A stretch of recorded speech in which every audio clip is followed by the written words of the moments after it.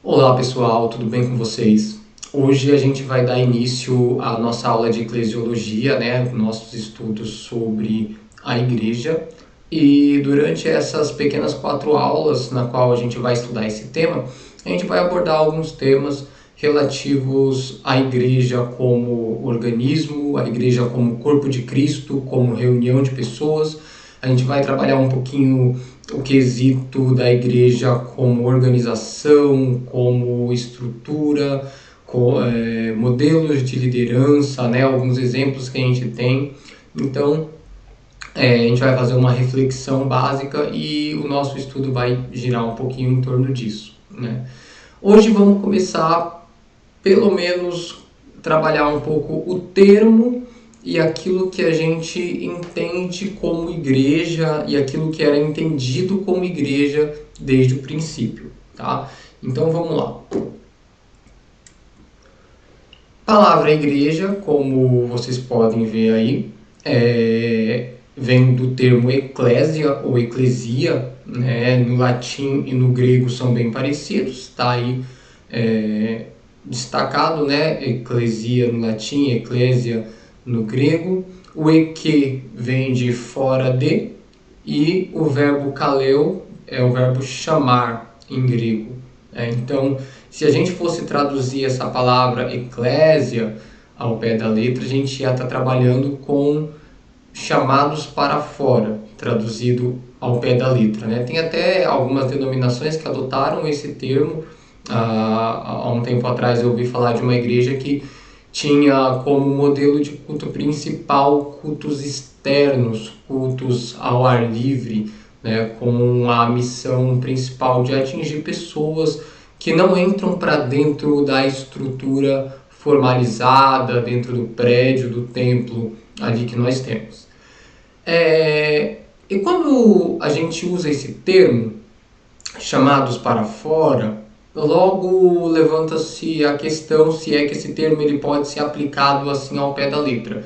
Chamados para fora da onde?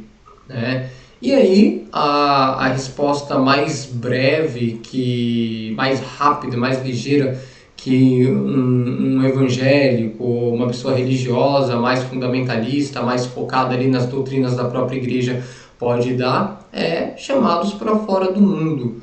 A igreja, principalmente a igreja evangélica, que é mais fundamentalista, adota sempre essa separação entre igreja e mundo. A igreja é separada do mundo, a igreja é santa, o mundo é caído, é perverso, é pecador.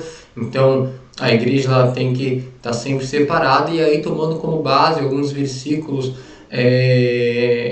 de que não devemos amar o mundo. Se alguém ama o mundo, o amor do Pai não está nele. E, se não me engano, foi o próprio João que escreveu. Então, o pessoal usa muito esses conceitos, Teve não me lembro o nome do teólogo, acho que é citado na apostila que a gente está trabalhando. Ele cita que a igreja seria uma espécie de barco que está passando por um lago, o barco ele está no lago, mas a função do barco é a mesma da igreja, não permitir que a igreja caia no mundo, assim como não permite que pessoas caiam no lago. Embora os dois estejam juntos ali no mesmo lugar, um não pode se misturar com o outro. Na oração de Jesus, se eu não me engano, no Evangelho de João, capítulo 17, existe aquela pequena oração, aquele pequeno momento onde Jesus ele pede ao Pai que não os retire do mundo, mas que os livre do mal. Até porque a retirada definitiva do mundo só vai acontecer por ocasião da sua vinda. Então, essa é uma das formas como as pessoas têm trabalhado essa palavra eclésia, tomando no sentido literal, chamados para fora. Só que essa palavra eclésia, no uso secular, porque ela não foi uma palavra inventada pela igreja e para a igreja, ela era uma palavra já utilizada no meio secular grego, ela não é uma palavra utilizada nesse sentido. A palavra eclésia ela era uma palavra muito mais utilizada para se referir a assembleias, a reuniões de pessoas, a nossa querida democracia, a qual nós praticamos, né, aqui no Brasil, ela tem origem aí no meio dos gregos, e os gregos eles tinham esse costume de se reunir para tratar de assuntos específicos, fossem os políticos, fossem as pessoas que se reuniam nas ágoras, nas praças, né? Havia lugares específicos para assembleias para tratar de assuntos políticos importantes. E aí, essas reuniões, esse momento em que algumas pessoas se reuniam por conta de algum motivo específico, que era chamada de eclésia, né? Então, eclésia nunca foi uma palavra utilizada para se referir a uma estrutura, a uma organização, a uma denominação religiosa. Sempre foi uma palavra utilizada para se referir a um ajuntamento de pessoas que se reuniram por um propósito específico. No caso do meio secular, no caso dos gregos, né, da onde vem a palavra eclésia, principalmente para discutir questões políticas, questões que seriam interessantes ali para as pessoas. Tá? Então, por exemplo, um uso dessa palavra eclésia, a gente vê em Atos dos Apóstolos, capítulo 19, vamos dar uma passadinha lá. Atos 19, a partir do versículo 39. Aqui, aparentemente, Paulo está pregando, né? E aí tem um tumulto, mais uma vez, em mais uma das suas pregações, né? E por conta do tumulto, chega-se a esse consenso aqui, ó. E se alguma outra coisa demandais, averiguar-se-á em legítima assembleia. Na verdade, até corremos perigo de que por hoje sejamos acusados de sedição, não havendo causa alguma com que possamos justificar este concurso. E tendo isso, despediu a assembleia. Então o povo se organizou por conta das pregações de Paulo, que estavam trazendo um certo escândalo, porque ele pregava contra a grande multidão dos deuses gregos e romanos, suas imagens de esculturas, e isso irritou quem ganhava dinheiro com a fabricação de imagens de esculturas, né? Em especial aqueles que faziam esculturas da deusa Diana, que era a chamada Diana dos Efésios, né? Então houve uma multidão que se reuniu para pegar Paulo e levou diante das autoridades e tal, e viram que de fato não havia nada de motivo para fazerem aquele tumulto todo. E aí aqui quem está falando não é ninguém da igreja referente à igreja, né? Do versículo 38, se a gente puder, né? Mas do 37. Porque estes homens que aqui trouxestes não são sacrílegos, nem blasfemam da vossa deusa. Mas se Demétrio e os artífices que estão com ele têm alguma coisa contra alguém, há audiência e há procônsules que o acusem uns aos outros.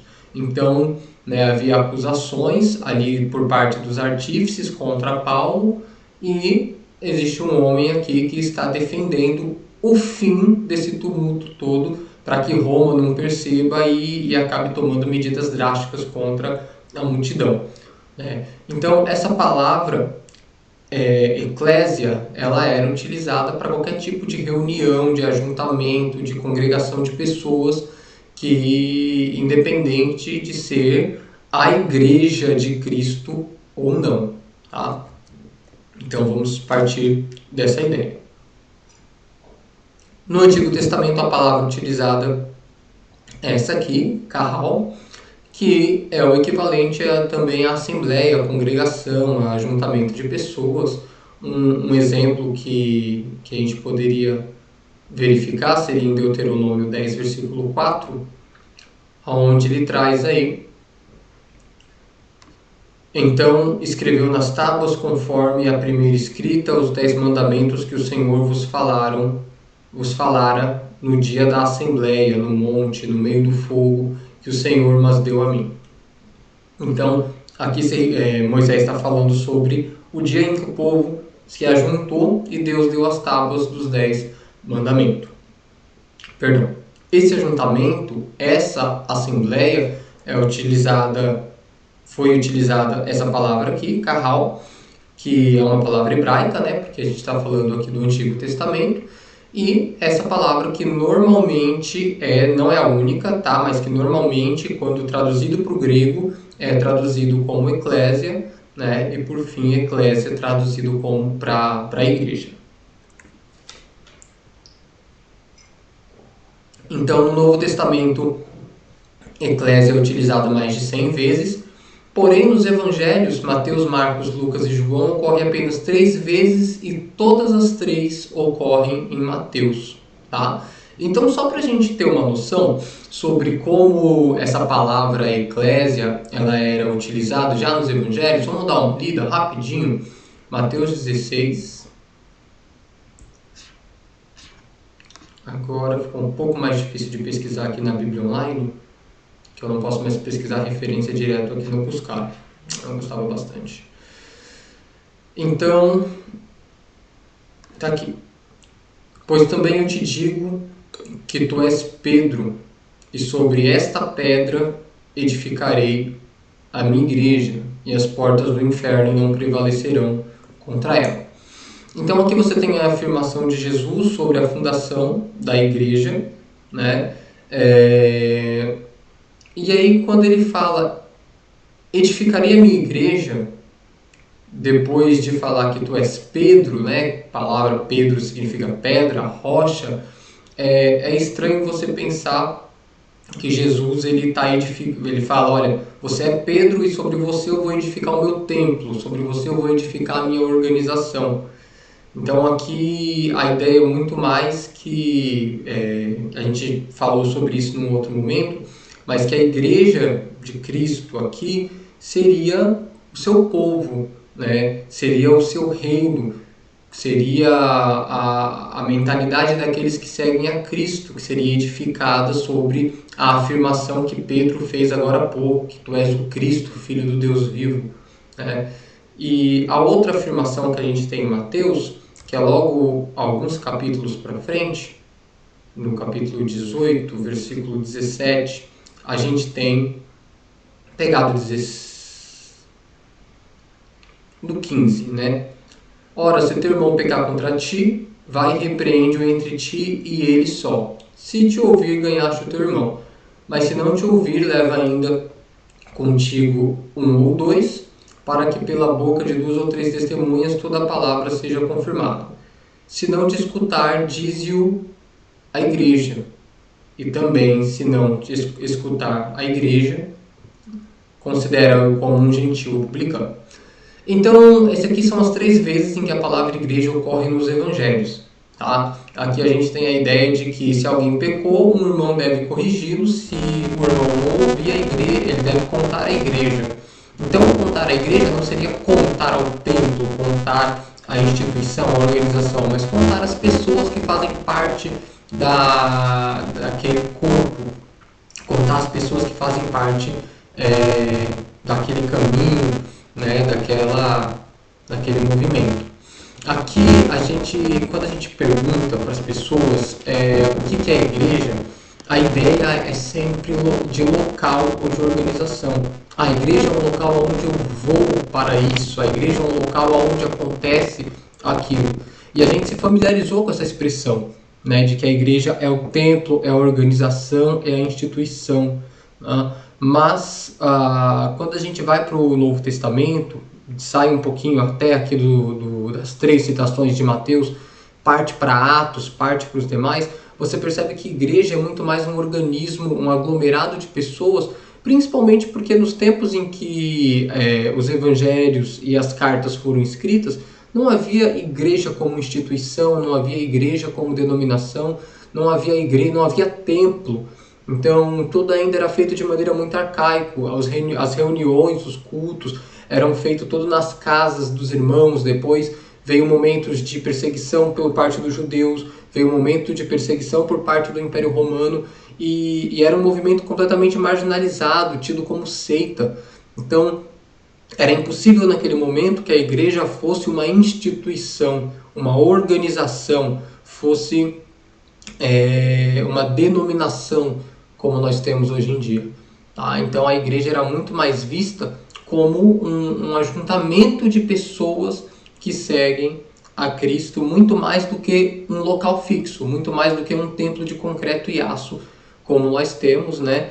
E como com o passar dos anos, a expressão igreja se tornou muito mais uma expressão para a instituição do que propriamente para as pessoas que fazem parte do corpo de Cristo. Tá? Então é isso que a gente deixou aí. A expressão não é usada na Bíblia para designar um local ou organização, mas sim um povo separado para uma convicção, assim, né, como era a questão da eclésia dos gregos. Era algumas pessoas específicas que se ajuntavam por um motivo. A igreja, aqui no Novo Testamento, é a mesma coisa, é um ajuntamento de pessoas que se reúnem em torno dos ensinamentos de Cristo. Bom, para a gente começar a caminhar para o final, a gente vem aquelas questões, né? Quem foi o fundador da igreja? Quando teve início a igreja? Qual foi o local em que iniciou a igreja? Quem foram os primeiros líderes da igreja? E para cada uma dessas perguntas existem divergências, porque se a igreja é uma reunião de pessoas, né, que estão em torno de Cristo, que aprendem com Cristo, que seguem a Cristo, então alguns podem dizer que quem fundou a igreja foi Jesus, né? E a igreja teve início a partir do momento em que as primeiras pessoinhas começaram a seguir a Jesus. Se isso for verdade, então o início da igreja remonta ali à beira do Rio Jordão, onde João Batista está pregando. Ele aponta, eis ali o Cordeiro de Deus que tira o pecado do mundo. Jesus é batizado e já alguns discípulos começam a segui-lo a partir daquele momento. Sendo assim, Jesus é o fundador, a beira do Rio Jordão é o local onde a igreja foi fundada, né? E ali foi o seu início. E o primeiro líder teria sido o próprio Jesus. Outros vão argumentar que não, Jesus ele não é o fundador, Jesus ele é o fundamento. Tem vários versículos, inclusive a apostila cita muitos deles, que eu acho que a gente nem colocou, nem descreveu aqui tudo no slide, onde a Bíblia afirma através das cartas, né, tanto de Paulo como de Pedro, por exemplo, eu acho que 2 Pedro, que mostra que Jesus ele é a pedra principal aonde a igreja ela é edificada. Sendo assim, Jesus ele não seria o fundador, mas seria o fundamento, ele seria a base sobre qual a igreja é edificada. Mas aí outros vão dizer, mas ele diz para Pedro, né, que sobre esta pedra eu edificarei. Então, de maneira espiritual, Jesus ele é o fundamento e é o fundador também. Alguns vão argumentar dizendo também que o início da igreja não foi na beira do Rio Jordão, mas teria sido a partir do Pentecostes.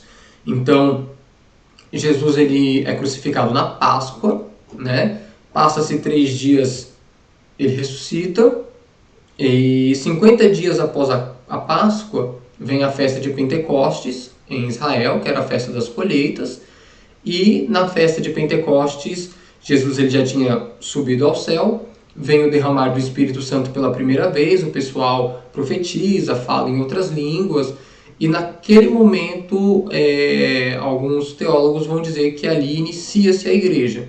Se ali é o início da igreja, então a gente tem aí os principais líderes sendo os 12 apóstolos, né? A gente tem um deslocamento do Jordão para Jerusalém como sendo o local de início da igreja, e é isso. São basicamente os 2 pontos que mais divergem em relação a momento e local.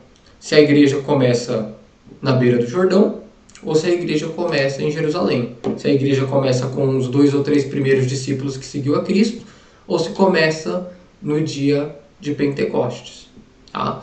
Então, não é lá uma divergência, uma grande divergência, muito significativa, que vai mudar a vida das pessoas, acreditar em um ou em outro, né? Mas existe aí essas duas formas de pensamento. Então, é legal a gente ver, pelo menos, a questão dos primeiros líderes, que seria que a gente tem alguns versículos que destacam esses primeiros líderes, né? E principalmente o modelo de liderança. Porque da onde que eles tiraram o modelo de liderança? Primeiro a gente tem que ter a ideia, a mentalidade que era todo mundo judeu, tá? No começo. Os judeus eles tinham o costume de ir a 2 locais. Ou templo só existia um, local onde você oferece sacrifício de animais para remissão de seus pecados, onde você tem um sacerdote que oferece incenso diante de Deus, e você tem a sinagoga. Da onde que vem a sinagoga, né? A gente tem até alguns slides onde a gente vai falar sobre isso. A sinagoga era um pequeno local onde se ensinava a lei de Deus, que eram espalhadas por todo o canto em Israel. E nas sinagogas você tinha anciãos que ensinavam, que lideravam, que decidia quem pregava. Sendo assim, eles conheciam essa forma de reunião e liderança no judaísmo e eles não entendiam que estavam iniciando uma nova religião. Ah, tô deixando de ser judeu para ser cristão. Não. Eles entendiam que eles eram judeus e acreditavam que a promessa de Deus que tinha sido feita pelos profetas se cumpriu com a vinda de Jesus. Então muitos ainda guardavam sábado, com o tempo passaram a guardar o domingo, né, o dia do Senhor, como o dia da ressurreição de Cristo, mas no princípio eles também iam ao templo, né? Foi aos poucos que foi tendo essa ruptura, essa divisão definitiva entre judaísmo e cristianismo. Mas muito do que eles aprenderam no judaísmo foi sendo trago para dentro do cristianismo, como essa ideia de que, por exemplo, os anciãos é que lideravam a congregação e ensinavam o povo, né? Então, a gente tem os 12 apóstolos, a princípio, mas onde você tem um destaque para Pedro e para João, e depois você tem um destaque para Tiago, irmão de Jesus, né? Não é o Tiago, irmão de João, não é o Tiago, filho de Alfeu, que era dos 12. Na Bíblia a gente tem 4 Tiago. E não era o Tiago, pai de Judas, né? Tinha 2 Judas também, né, entre os 12. O Judas, que não era o Iscariotes, também era filho de um Tiago. Era o Tiago, irmão de Jesus, que ele se destacou como um dos líderes da igreja, logo no começo. E a gente tem alguns versículos que mostram isso, e eu gostaria só de estar dando uma olhada com vocês. Vamos lá? Para mim parar de falar um pouquinho. Gálatas 2. Gálatas 2, versículo 9. E conhecendo Tiago, Cefas e João, que eram considerados como as colunas, a graça que me havia sido dada, deram-nos as destras em comunhão comigo e com Barnabé, para que nós fôssemos aos gentios e eles à circuncisão. Então aqui uma separação, né? Paulo e Barnabé ia pregar para aqueles que não eram gentios, para aqueles que não eram judeus, desculpa.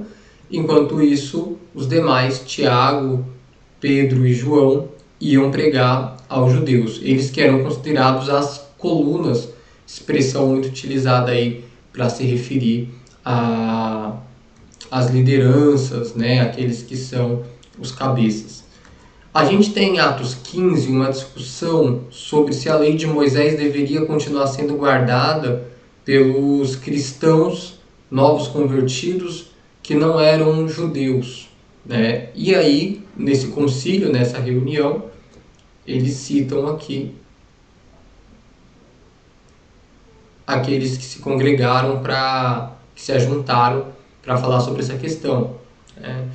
E congregaram-se, pois, os apóstolos, e aqui a gente tem a citação dos anciãos, além dos apóstolos, para considerar esse assunto. Então aqui já é citado os anciãos também, ao lado dos apóstolos, para uma tomada de decisão sobre a necessidade de guardar as leis de Moisés para os cristãos que não eram judeus. E no versículo 13, ainda nesse mesmo capítulo, e havendo-se eles calado, tomou Tiago a palavra dizendo: homens, irmãos, ouvi-me. E aí Tiago ele vai fazer um discurso, né? E depois, para a gente fechar aqui, Atos 21, 18.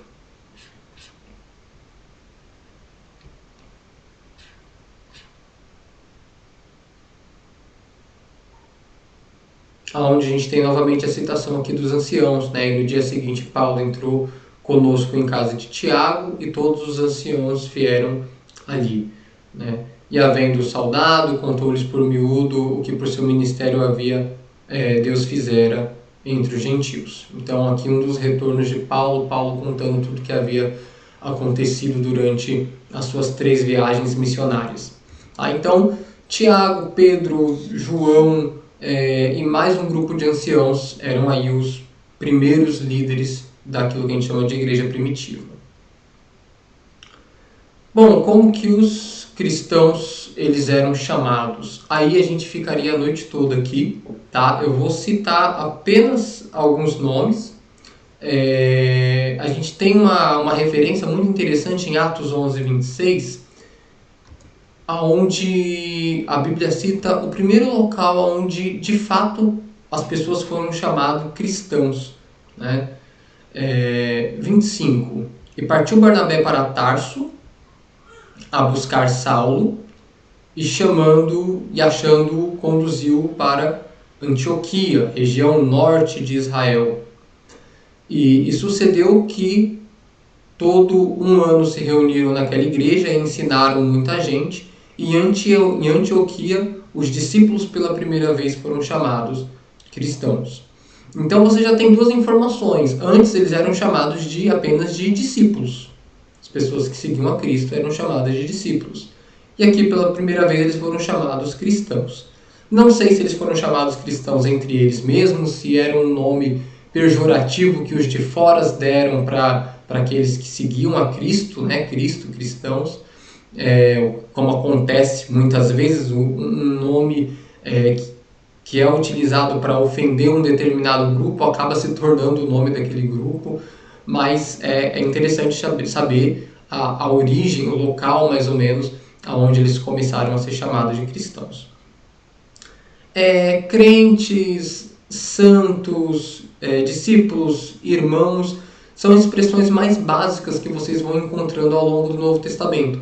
Mas é curioso saber que uma das maneiras pejorativas como os discípulos do Senhor eram chamados no começo eram de seita dos nazarenos e também os do caminho. Os do caminho não sei se era pejorativo ou se era um nome que surgiu ali entre eles. Mas é legal você ver Atos 9, que é o famoso capítulo da conversão de Saulo de Tarso,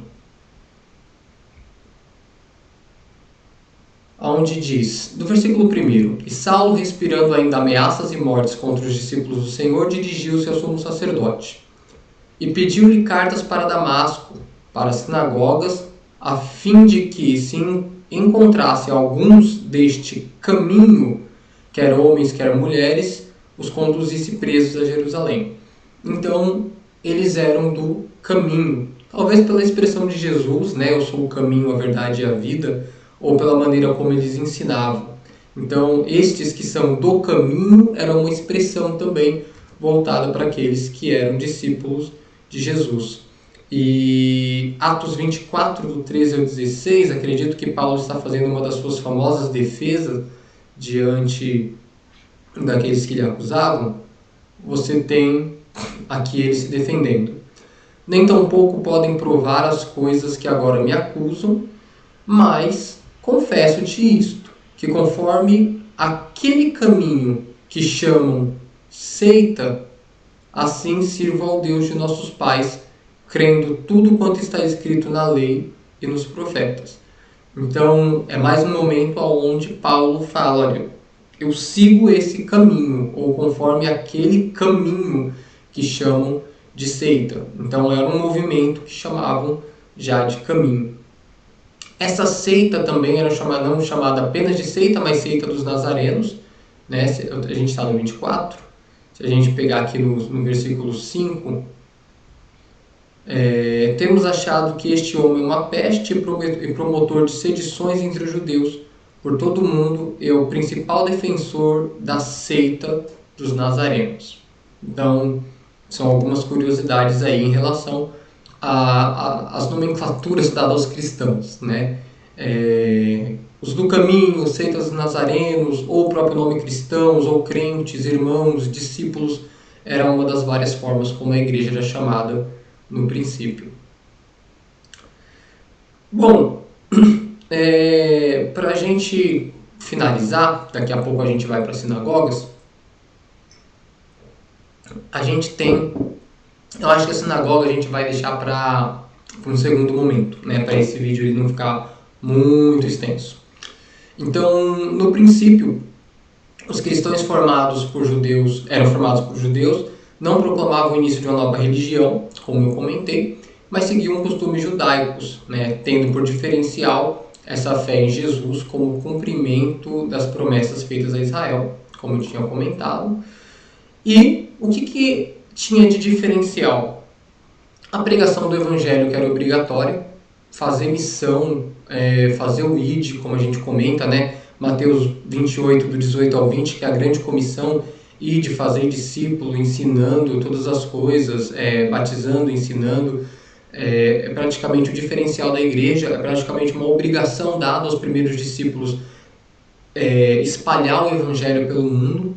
Então, pregar o evangelho, batizar, né? Não era uma novidade, já existia batismo naquela época, tinha o batismo de João, não me lembro se os fariseus também batizavam, mas já tinha batismo. Então o batismo, como símbolo da conversão e do arrependimento pelos pecados, ele é colocado não apenas como um dogma, mas como um sacramento, né? Uma palavra que eu estou usando aqui muito cedo, mas como uma ordenança de Cristo. E a ceia, que era o partir do pão, né? Que era o momento de comunhão, onde as pessoas anunciavam a morte do Senhor e anunciavam a sua vinda ao mesmo tempo. A ordenança de Jesus lá na última ceia. Auxílio aos necessitados era uma coisa que era bem citado ali em Atos dos Apóstolos, logo no comecinho. Paulo comenta sobre as coletas feitas para os irmãos pobres de Jerusalém, dentre as suas cartas, né? Ele comenta que os filipenses o ajudaram ali no capítulo 4. Então, a ajuda aos necessitados era algo muito presente no meio da igreja. E era basicamente esses pontos principais aí que a igreja ela tinha desde o começo, tá? E para nossa introdução aqui sobre a igreja, pessoal, é basicamente isso. Na próxima aula a gente vai trabalhar um pouquinho das diferenças da igreja como organismo e como organização, alguns nomes que Paulo dá à igreja, algumas comparações que é feita em relação à igreja ser uma noiva, ou um edifício, ou um corpo, né? E a gente dá uma pincelada nessa questão da sinagoga, né, que trouxe muita influência e é de vital importância para nós entendermos o princípio do caminho da igreja. Então é isso, galera. Muito obrigado. Tenham aí uma boa noite ou um bom dia, dependendo do horário que você está assistindo. E até uma próxima. Tchau, tchau.